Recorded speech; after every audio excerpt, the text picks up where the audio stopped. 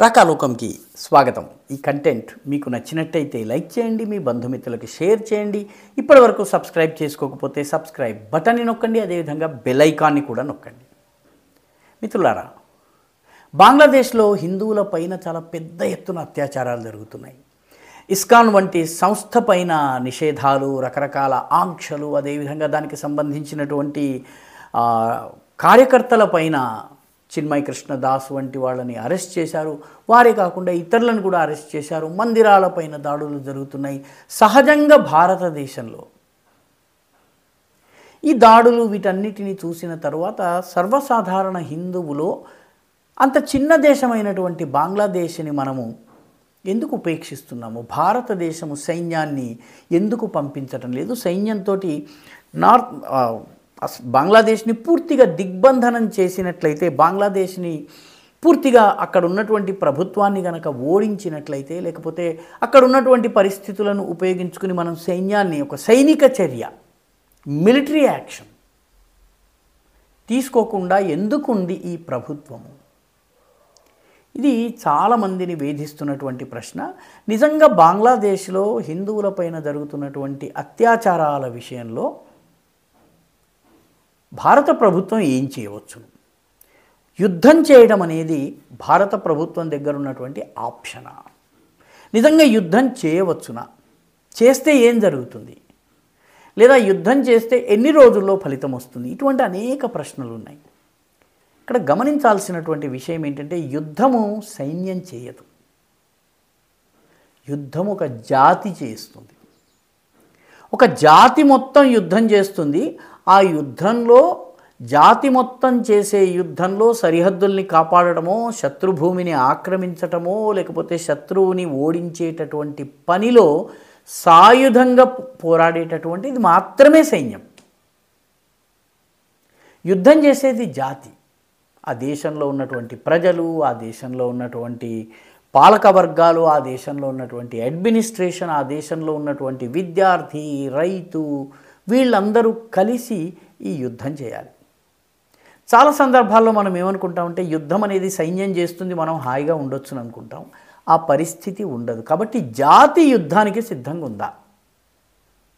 ఇది మొట్టమొదట మనల్ని మనం ప్రశ్నించుకోవాల్సింది అవసరం ఉంది. ఎందుకంటే యావత్ భారత జాతి ఒక యుద్ధానికి సిద్ధంగా ఉంది. ఎందుకంటే యుద్ధము గనక జరిగినట్లయితే ఇది కనీసము నెల రోజుల వరకు ఉంటుంది. దానికి కారణం ఏంటంటే, బంగ్లాదేశ్ యొక్క టొపాగ్రఫీ, బంగ్లాదేశ్ యొక్క భౌగోళిక పరిస్థితులు. అనేక నదులు ఉన్నాయి. 1971లో మనం ఈ రకంగానే మిలిటరీ యాక్షన్ చేశాం. కాబట్టి ఇప్పుడు కూడా అలాంటి మిలిటరీ యాక్షన్ చేస్తే 14-15 రోజుల్లో ఫలితము రావచ్చు కదా అన్నటువంటి ఒక వాదన కూడా వినిపిస్తుంది. వాస్తవం ఏంటంటే, 1971లో బంగ్లాదేశ్లో ఉన్నటువంటి ప్రజలు పాకిస్తాన్ సైన్యం పైన, పాకిస్తాన్ పాలకుల పైన తిరుగుబాటు చేశారు. సో ప్రజా వ్యతిరేకత ఉన్న కారణంగా వాళ్ళు ఇబ్బందుల్లో ఉన్నారు. సైన్యము చాలా చోట్ల అసలు క్యాంప్స్ నుంచి బయటకు రాలేని పరిస్థితి ఉంది. రెండవది, ఆ సమయంలో మన సైన్యము అనుసరించినటువంటి వ్యూహం కావచ్చును, పాకిస్తాన్ నుంచి అసలు ఏ రకమైన సహాయం అందకపోవడము. ఎందుకంటే అది పశ్చిమ పాకిస్తాన్ నుంచి రావాలి, అది రావాలన్నట్టయితే భారత భూభాగం మీద నుంచి రావడానికి వీల్లేదు. అయితే నేపాల్ మీదుగా రావాలి, లేకపోతే కొలంబో శ్రీలంక మీదుగా రావాలి. కాబట్టి పాకిస్తాన్కి లాజిస్టిక్గా చాలా ఇబ్బంది ఉన్న పరిస్థితి.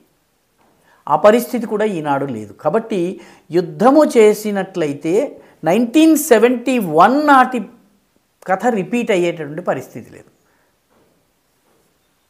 కాబట్టి సైనిక చర్యను గనక మనం తీసుకున్నా, సైన్యం గనక వెళ్ళినా, సైన్యం ఈ పాటికే నిజానికి బంగ్లాదేశ్లో జరుగుతున్నటువంటి పరిస్థితుల ఆధారంగా రకరకాల వార్ గేమింగ్ చేసి ఉంటుంది. రకరకాల సినారియోస్, అంటే ఏ ఏ రకాల పరిస్థితులు ఉద్భవించవచ్చునో వాటిని పరిగణనలోకి తీసుకుని సైన్యం ఏ రకంగా చర్యలు తీసుకోవచ్చును, దీనిపైన కూడాను already war gaming, war drills ఇవన్నీ కూడా చేసి ఖచ్చితంగా ఉంటుంది. భారత ప్రభుత్వం అడగడానికి ముందే సైన్యం సిద్ధంగా ఉంటుంది. అయితే యుద్ధానికి వెళ్ళినట్లయితే పరిస్థితి ఏమవుతుంది అన్నది ఒక కీలకమైన ప్రశ్న. కాబట్టి ఈ సమయంలో బంగ్లాదేశ్ని కాపాడుతున్నది ఎవరు? బంగ్లాదేశ్ని బంగ్లాదేశ్ సైన్యమో లేకపోతే బంగ్లాదేశ్లో ఉన్నటువంటి మహమ్మద్ యూనుసో కాపాడటం లేదు. బంగ్లాదేశ్ని కాపాడుతున్నది అమెరికా. అమెరికా చైనాని అడ్డుకోవడం కోసం ఒక స్థావరంగా బంగ్లాదేశ్ని ఉపయోగించాలనుకుంటోంది. ఇటు బర్మాను అటు చైనాను ఈ రెండిటిని అదిలించేందుకు బంగ్లాదేశ్ని ఉపయోగించుకుంటోంది. కాబట్టి బంగ్లాదేశ్లో అమెరికా యొక్క ఫ్యాక్టర్ని కూడా మనం పరిగణలోకి తీసుకోవాలి. ముఖ్యంగా అసలు అమెరికా అడిగినటువంటి నేవల్ బేస్ ఇవ్వని కారణంగానే షేక్ హసీనా వాజేద్ దేశం వదిలి పారిపోవలసి వచ్చింది. ఆ తర్వాత మహమ్మద్ యూనుస్ ప్రభుత్వం పూర్తి అమెరికా అనుకూల ప్రభుత్వం. కాబట్టి 1971లో అమెరికా బంగ్లాదేశ్లో లేదు, ఆఖరికి బే ఆఫ్ బెంగాల్లో కూడా లేదు, బంగాళాఖాతంలో కూడా లేదు. 7th fleet of American army bay of Bengal బంగాళాఖాతంలోకి ప్రవేశించడానికి ముందే యుద్ధం అయిపోయింది. ఇప్పుడు ఆ పరిస్థితి లేదు. కాబట్టి ఈ అంశాన్ని కూడా పరిగణలోకి తీసుకోవలసినటువంటి అవసరం ఉంటుంది. ఎందుకంటే అమెరికా గనక ఇంటర్వీన్ అయినట్టయితే రష్యా వంటి పెద్ద దేశము యుక్రెయిన్ని 10-15 రోజుల్లో ఫినిష్ చేస్తుందని భావించినటువంటిది నేటో దేశాలు, అమెరికా, పోలాండ్, మిగతా దేశాల యొక్క సహకారంతో ఇన్నేళ్ల పాటు యుద్ధం చేస్తోంది. దాదాపు 1-2 ఏళ్ళు దాటిపోయిన తర్వాత కూడా యుద్ధం చేయగలుగుతోంది. ఇరాన్ సహకారంతో ఇజ్రాయెల్ అంతటి పవర్ఫుల్ దేశం కూడా అటు హమాస్ని కానీ ఇటు హిజ్బుల్లాని కానీ అటు హూథీలను కానీ అరికట్టలేకపోతున్నది. కాబట్టి ఈ పరిస్థితులను దృష్టిలో ఉంచుకోవాల్సినటువంటి అవసరం ఉంది. అమెరికా కూడాను ఈ హిందువులపైన దాడులను భారతదేశము సైనిక చర్యకు పాల్పడేలా చేసేందుకు ఒక ఎత్తుగడగా వాడుకుంటుందా? ఇది కూడా ఆలోచించాల్సినటువంటి విషయం. ఎందుకంటే బంగ్లాదేశ్లో ఇప్పుడున్నటువంటి ప్రభుత్వం మహమ్మద్ యూనుస్ ప్రభుత్వము అమెరికా సహకారంతో ఉంది, కానీ దీనికి అన్ని రకాల లాజిస్టిక్ సపోర్ట్ అంతా కూడాను జమాతే ఇస్లామీ నుంచి వస్తుంది. జమాతే ఇస్లామీ పాకిస్తాన్ ఐఎస్ఐకి చెందింది. ఈ పాకిస్తాన్ ఐఎస్ఐకి చెందినటువంటి జమాతే ఇస్లామీ ఈరోజు బంగ్లాదేశ్ వీధులను నియంత్రిస్తోంది. మహమ్మద్ యూనుస్కి ఎటువంటి నియంత్రణ లేదు. కాబట్టి ఈ పరిస్థితుల్లో వీళ్ళు హిఫాజతే ఇస్లామీ అనే సంస్థ, అన్సరుల్ బాంగ్లా అల్ఖాయిదాకు సంబంధించినటువంటి అనుబంధ సంస్థ, దీని నాయకుడైనటువంటి జషీముద్దీన్ రెహమాన్ని విడుదల చేశారు. వీళ్ళందరూ కూడాను భారతదేశాన్ని ఇరకాటంలో పెట్టేందుకు హిందువులపైన దాడుల్ని పెంచుతున్నారు. బొరిషాల్ కేంద్రంగా ఈ మొత్తము బొరిషాల్ అనేది బంగ్లాదేశ్ సరిహద్దుల్లో ఉన్నటువంటి ఒక పెద్ద పట్టణము. ఇది బంగ్లాదేశ్లో ఉంది.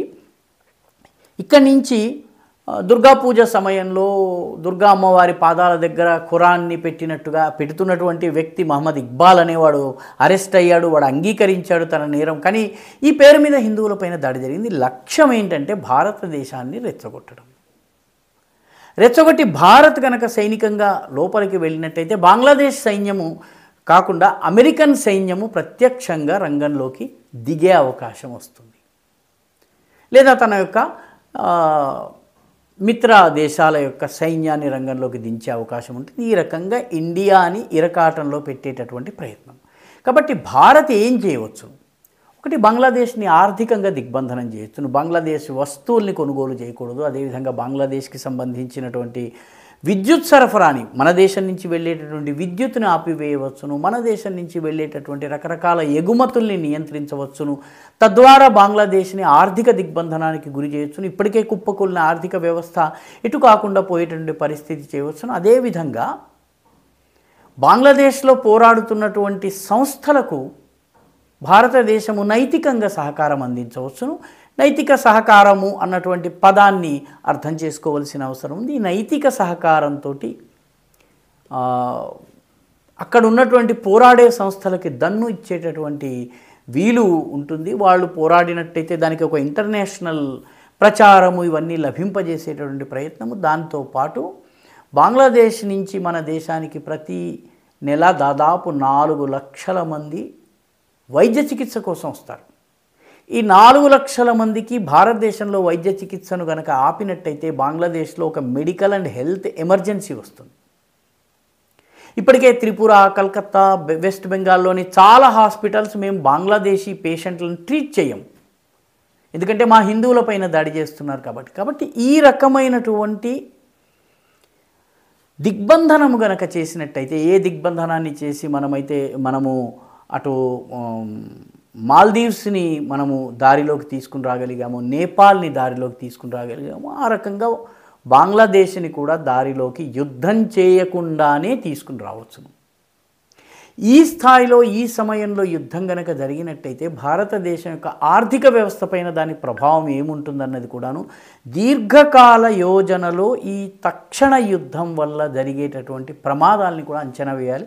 ఖచ్చితంగా భారత ప్రభుత్వం అంచనా వేస్తోంది. అందుకే బంగ్లాదేశ్ను అన్ని వైపుల నుంచి దిగ్బంధనం చేసేటటువంటి పనిని మన ప్రభుత్వం చేస్తోంది. కాబట్టి యుద్ధము లేదా సైనిక చర్య ఇది ఏ మేరకు విజయం సాధిస్తుంది, 1971 పరిస్థితి 2024లో లేదన్నటువంటి విషయం భారత సైన్యం కానీ మన సైనిక పాఠవం కానీ ఆ రోజుతో పోలిస్తే ఈరోజు మనం చాలా బలంగా ఉన్నమాట ఎంత వాస్తవమో, ఈ యుద్ధంలో మనం కనుక ఇరికినట్లయితే అటు చైనా నుంచి ఇటు బంగ్లాదేశ్ నుంచి వచ్చేటటువంటి ఒత్తిడులు కావచ్చును, వీటన్నిటిని పరిగణలోకి తీసుకోవలసినటువంటి అవసరం ఉంది. ఈ వీడియో మీకు నచ్చినట్టయితే లైక్ చేయండి, షేర్ చేయండి, ఈ ఛానల్కు సబ్స్క్రైబ్ చేయండి, మీ అభిప్రాయాన్ని కమెంట్ల రూపంలో తప్పనిసరిగా పంపించండి.